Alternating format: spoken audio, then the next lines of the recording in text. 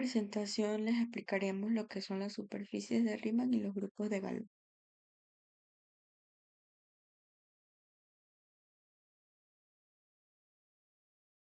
Introducción.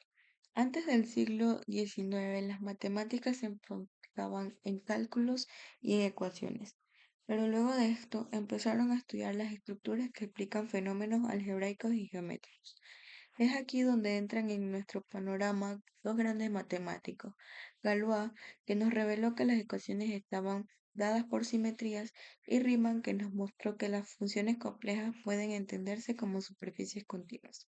Estas ideas inauguraron lo que fue la vista de lo fundamental que eran las relaciones para organizar lo que es la matemática.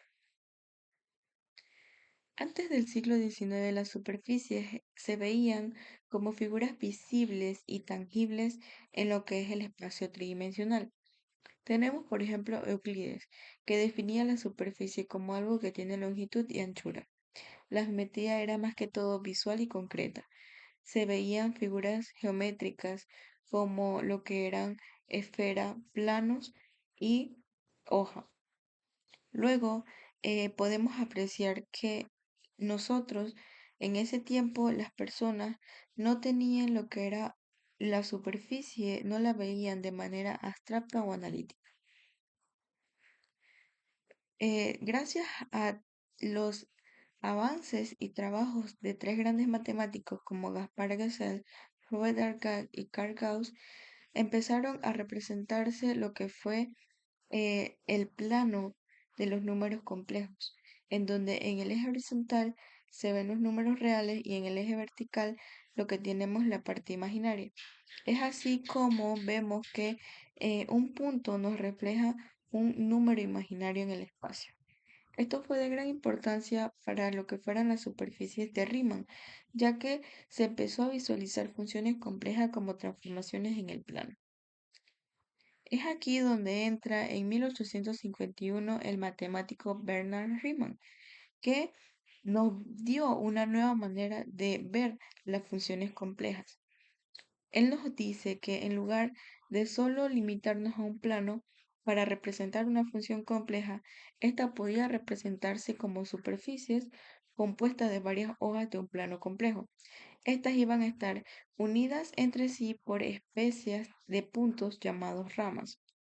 Estas superficies no se van a poder ver físicamente como estaban acostumbrados, pero sí geométricamente, como espacios suaves de funciones multivaluadas que se podían volver continuos. En esa época no es como en nuestros tiempos que habían gráficos 3D y modelos topológicos modernos, sino que se representaban las superficies de Riemann como copias de plano complejo apiladas unas entre otras y unidas por cortes. Se podía visualizar propiedades de continuidad de una función multivaluada sin usar lo que eran las coordenadas tridimensionales. Entonces, tenemos la función, por ejemplo, w igual a la raíz de z. Esta va a tener dos valores para z salvo en el origen. En la visión antigua se representaba mediante dos planos complejos conectados a lo largo de lo que es el eje real negativo, en donde la función cambia de hoja, como vemos en el video. Al girar alrededor del origen, vemos que la raíz de z pasa de una hoja a otra, y si damos dos vueltas completas regresamos al punto inicial. Entonces, esta estructura tomaba el nombre de superficie de dos hojas. Hoy en día vemos las superficies de Riemann como superficies topológicas, donde tenemos funciones holomorfas que van a tener un comportamiento continuo. Este concepto se volvió de gran importancia para el análisis complejo, la geometría diferencial y la topología. Lo que comenzó como un dibujo de planos apilados, luego se convirtió en lo que son espacios curvos, variedades y estructuras grupales. Ahora veamos el problema de la resolución de las ecuaciones y el nacimiento de la teoría de Galois. Nosotros tenemos que desde el Renacimiento los matemáticos buscaban fórmulas generales para resolver ecuaciones polinómicas. Para este tiempo, gracias a Cardano, Ferrari y Tartaglia, ya se habían buscado las fórmulas generales para las ecuaciones de grado 2, 3 y 4. Pero había una pregunta. ¿Existía una fórmula similar para las ecuaciones de quinto grado superiores?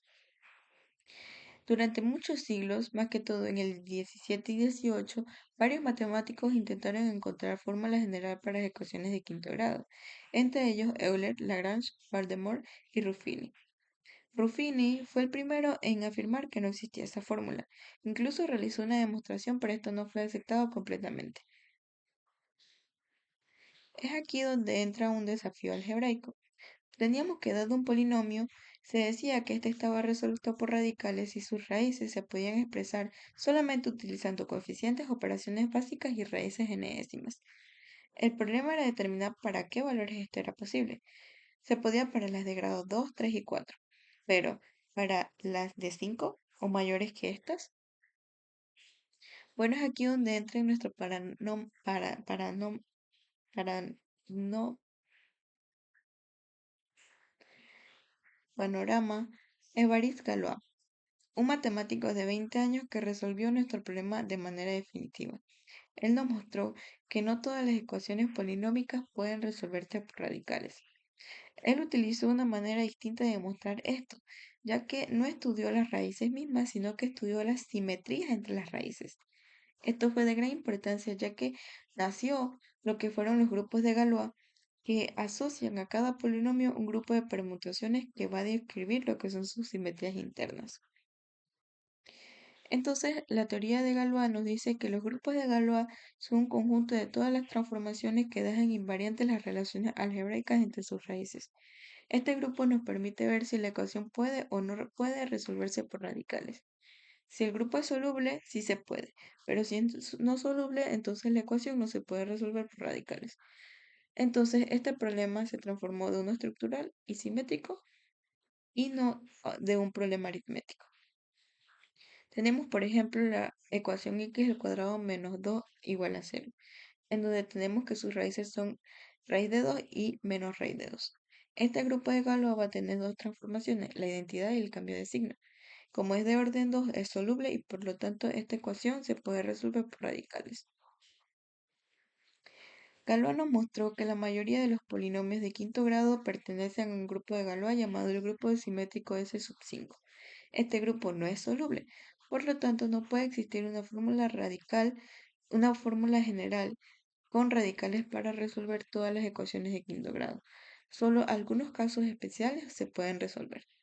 Esto acabó con el sueño de los matemáticos de encontrar una fórmula universal para resolver las ecuaciones, pero nació una nueva teoría, que es la teoría de Galois, que fue completamente nueva.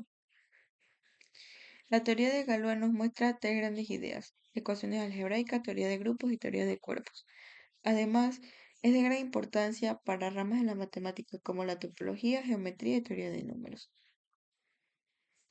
Galois y Bernard Riemann revolucionaron las matemáticas, ya que nos mostraron estructuras que estaban detrás de las ecuaciones y funciones. Galois nos mostró las simetrías que determinan lo que son los comportamientos algebraicos y Riemann interpretó las funciones como superficies continuas que unen lo que es la geometría y el análisis. Estas ideas dieron un nuevo origen a lo que fueron nuevas, nuevas visiones centradas en relaciones de estructuras, y esto afecta a ramas como la topología y la física. Resolvieron problemas tan grandes y transformaron la forma de pensar de la matemática. Gracias por su atención.